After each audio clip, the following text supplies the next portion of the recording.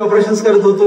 आज सकाळची शेवटच्या ऑपरेशनचा पेशंट बघितला, ते कपडे काढले, हे कपडे घातले, गाडीत बसलोय आणि उद्या मी कोयंबतूरला जाणार आहे, माझी कॉन्फरन्स आहे आणि तरीही ढिगोळमध्ये यायचंय. तुम्हाला सांगू का, हे जी भाषणं मी करतोय ना, तुम्हाला खरं सांगतो, मी आज इथं का आलो, मी भाषण करणारा प्राणी नाही, मी कापाकापे करणारा प्राणी आहे. मला सुंदर कापता येतं आणि सुंदर जोडता येतं. मी कसा कापतो हे कोणालाच कळत नाही आणि मी कसा जोडतो हे कोणालाच कळत नाही. बॉस, जगातलं सगळ्यात सुंदर कापायची सुंदर जोडायची डिग्री माझ्याकडे आहे, जगातली सगळ्यात मोठी. बरोबर आहे, ह्या डिग्रीला मी डॉक्टर आहे. भाषण करणे आपल्याला कसं जमणार आहे, मला खूप मोठा प्रश्न पडलेला आहे. पण हे भाषण जमवायला लावलं ते हे उदयजी देशपांडे सरांनी.